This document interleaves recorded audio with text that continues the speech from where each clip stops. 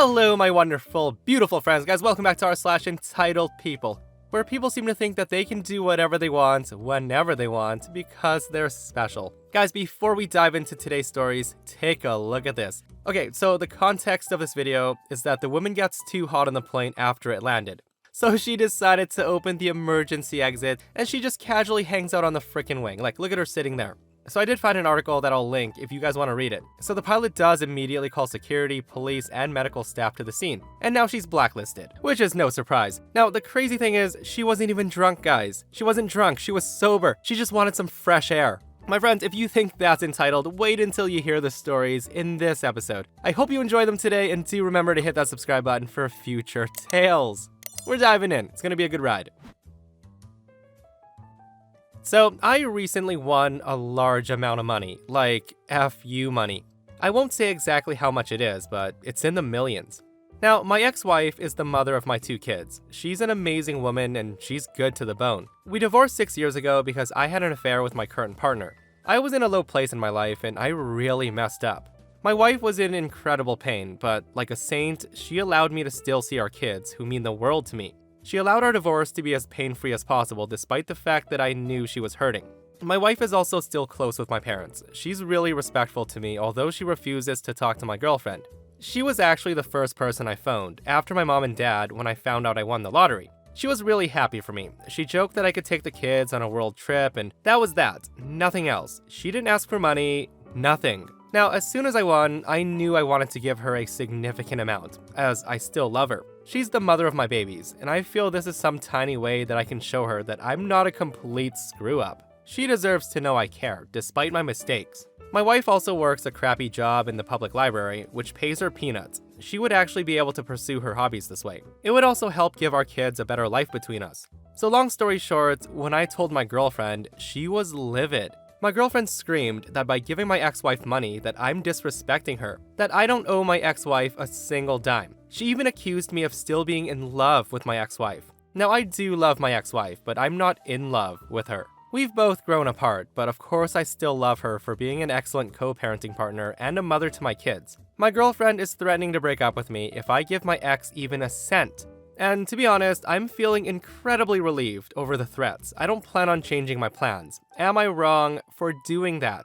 So first off, I want to commend OP for even wanting to give his ex money. He sounds like a good guy. I mean, cheating aside, of course. Like, making sure your ex-wife is taken care of and that she can use the money to better provide to the kiddos and herself is amazing. But I do feel the girlfriend is a little bit entitled though. I mean, threatening to break up with him if he gives the mother of his kids a single penny? Guys, money often brings out the worst in people, and maybe OP's in the right for feeling relieved over the threats of breakup. But my friends, let me know what you think of this. Does OP need to reconsider his relationship with this childish woman, or should he side with her and not give his ex a single penny? Leave your comments below.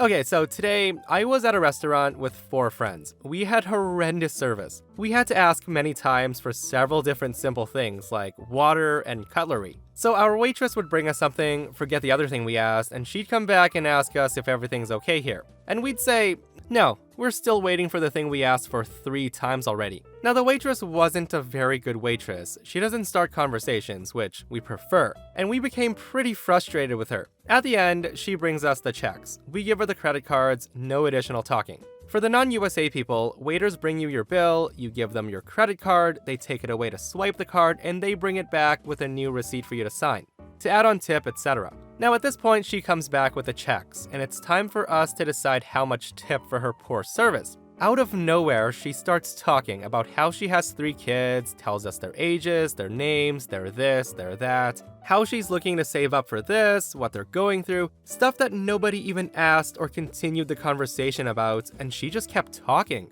We were staring at her, like, are you seriously doing this? And at the end of her monologue, she even says, yeah, I'm a single mom, so... and then smiles at us and walks away. I'm thinking, if you want a good tip, do a good job. Don't be one of the worst servers I've ever seen, and then bring up your kids and hover while customers are signing the checks. Talk about entitled.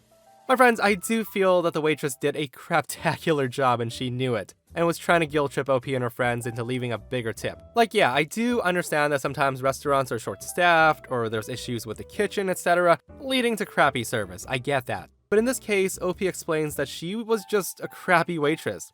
And then she tries to save herself by telling a sob story. Like, I personally don't like to walk away without leaving some sort of a tip, so I probably would have done 10%, I don't know. But guys, leave a comment below on how much you would have tipped her.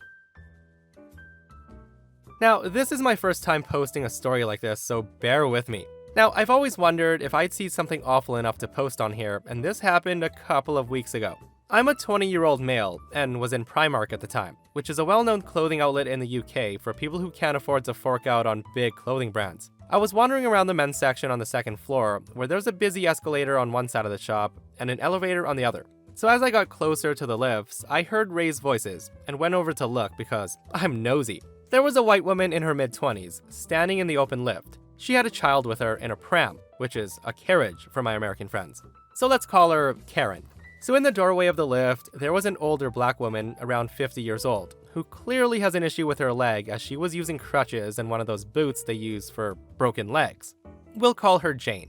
Now with Jane was a younger black man, maybe in his late 20s, but I'm not sure he said anything during the entire encounter. Now I am making race relevant because I'm not entirely sure Karen's actions weren't entirely free of prejudice. So Karen was in the lift with her pram angled to stop Jane from getting into the lift. In a raised voice, she was telling Jane, "I'm claustrophobic. I can't have anyone in here with me." Now, the lift was pretty big, enough to fit about 20 people, and Jane was asking Karen if she would please let her into the very big lift and she would just stand in the corner. Karen wasn't having it. She just kept repeating, "I'm claustrophobic," over and over again, and told Jane to use the escalator instead. Now at this, Jane gestures towards her leg and crutches, and asked whether Karen did this in all lifts, because there was no way she could get away with doing it every time someone got into a lift with her. When Jane starts calling Karen out on this, Karen's story quickly changed to, "With everything going on, I'm worried about getting sick."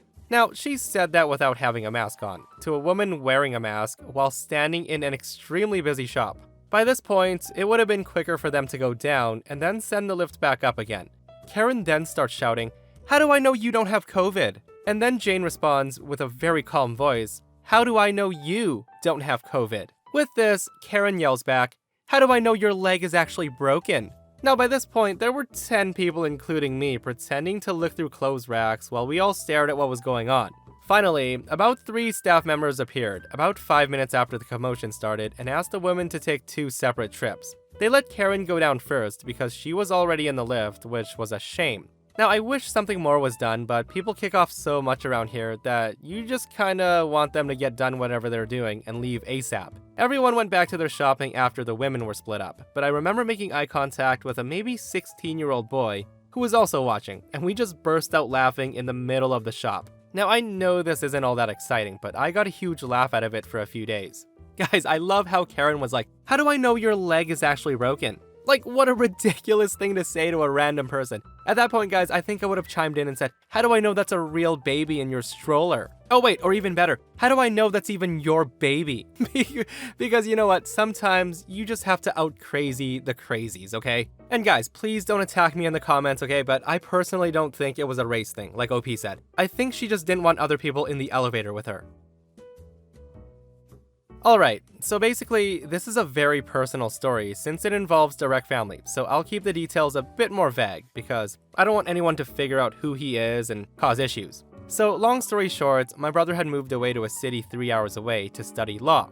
And since he and his wife were planning to move back to the city, they decided to come back here for him to pass his bar. The issue is that the apartment they were supposed to move in suddenly became unavailable due to unforeseen events, and as a result, they had to quickly find temporary lodging. For reference, my parents and I bought a duplex a few years back, and I live in the upstairs unit and they occupy the first floor. There was a bachelor in the basement for use by guests. When my parents saw the apartment issue my brother was going through, they offered to let him temporarily stay in the basement in exchange for a relatively low rent.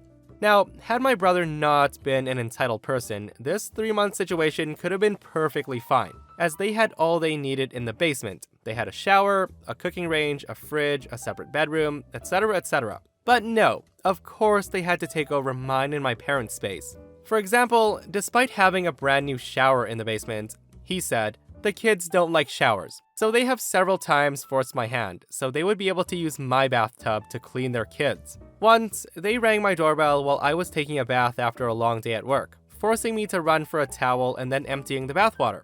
Also, they apparently once came while I wasn't home. And the way I knew this is that the temperature on my AC had been tampered with.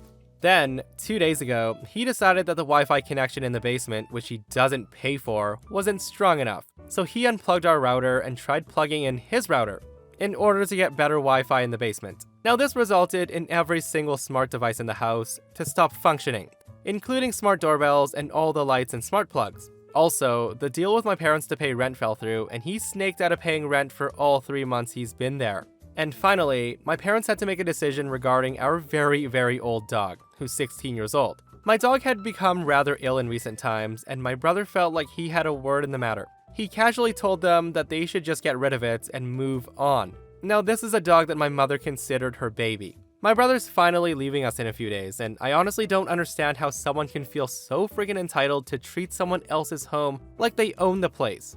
Oh, OP doesn't know how truly entitled family members can get, guys. So this person's comment is spot on. He says, "You asked how some people can feel so entitled. It's because other people let them get away with it. Enabling someone's bad behavior only reinforces it. You could have locked your door, and your parents could make their own decisions. The co-owners, you and your parents could outline the boundaries for staying in the basement. It's pretty straightforward, but it does mean challenging the family systems already in place, and that can be difficult. Short-term pain, long-term gain." So, in the late 90s, I worked for a major retail store that's well known for its open commercials. I was hired for seasonal work and quickly learned to run every department and was quickly working solo in many of the departments. Well, this particular day in question, I was assigned to the shoe department. It was 20 minutes to closing, and the customer walks in with 4 kids, all under the age of 5.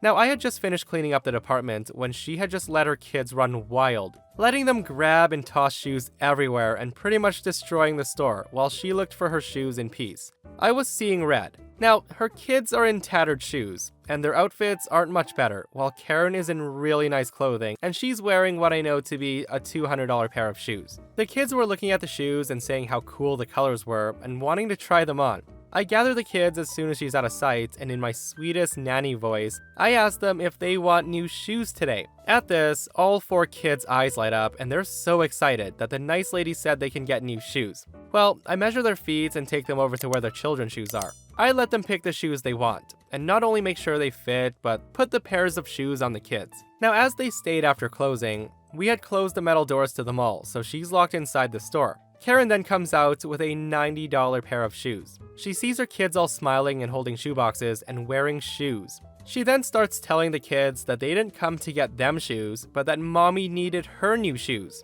Cue the kids starting the ball. The manager comes and the mom starts getting uppity about how I need to be fired for parenting her kids while she ignored them, and how dare I help them find new shoes. The manager takes the shoeboxes from the kids and looks at their old ratty shoes and then looks at Karen with the "are you serious" look on her face. She tells Karen, "I've been watching the security footage and noticed that you left the kids without supervision as soon as you entered the store." The manager then asks Karen if she would reconsider buying shoes for her kids instead, or if she would like us to call CPS and report her for negligence. Now at this, Karen turns red. She then throws the shoes that she was gonna buy back towards the women's department. Like, she literally throws it like a football. She then curtly told me to ring the kids' stupid shoes up. She then paid and stormed out with the kids, who were all super happy that they got new shoes. Now, apparently the manager couldn't get the situation off her mind, and she decided to do something about it. Since this was the late 90s and checks were still accepted, the manager had used the check that Karen had given her, which had her address on it, and asked for a wellness check on the kids.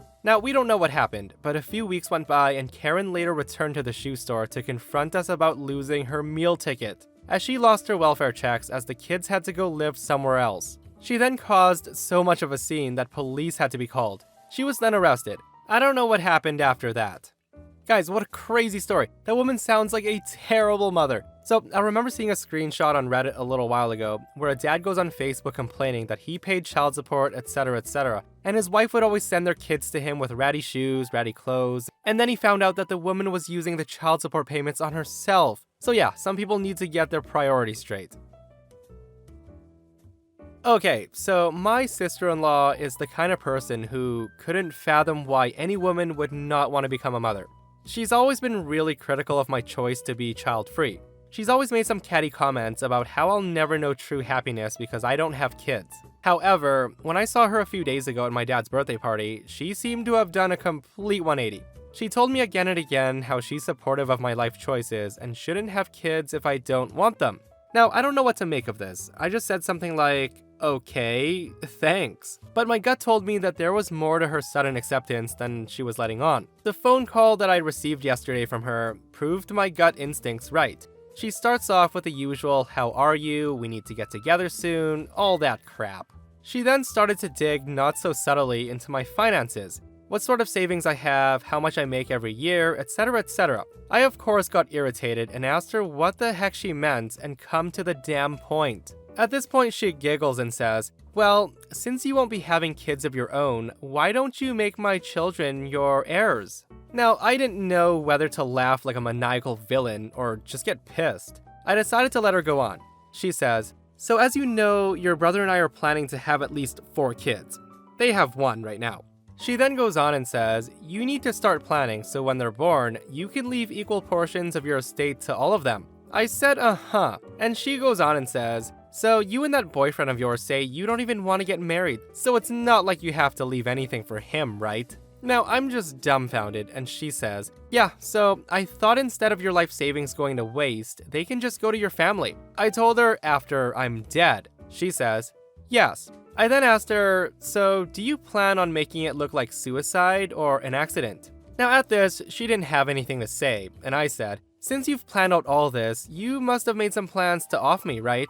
So go on and tell me what it is. Is it something super creative and unusual? Is it gonna hurt? Tell me. Now at this, sister-in-law became very angry and she says, how could you think that? I only suggested this so you wouldn't have the burden of worrying about what would happen to your money when you're dead.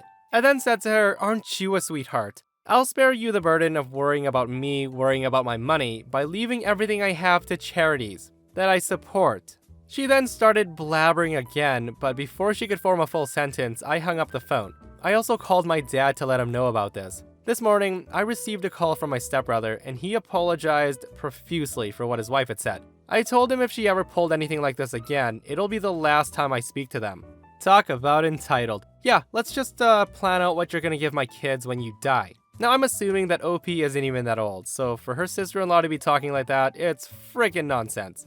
But that, my friends, is our /entitled people. Guys, I hope you enjoyed the stories today, and we survived another episode, okay? Thank you so much for popping by to hang out with myself and Steve-O. If you missed the last episode on the channel, a raging Karen wants OP arrested for defending herself against Karen's attack. I know, it sounds so crazy, so check it out if you missed it, and I'll see you guys in the next one. I love you.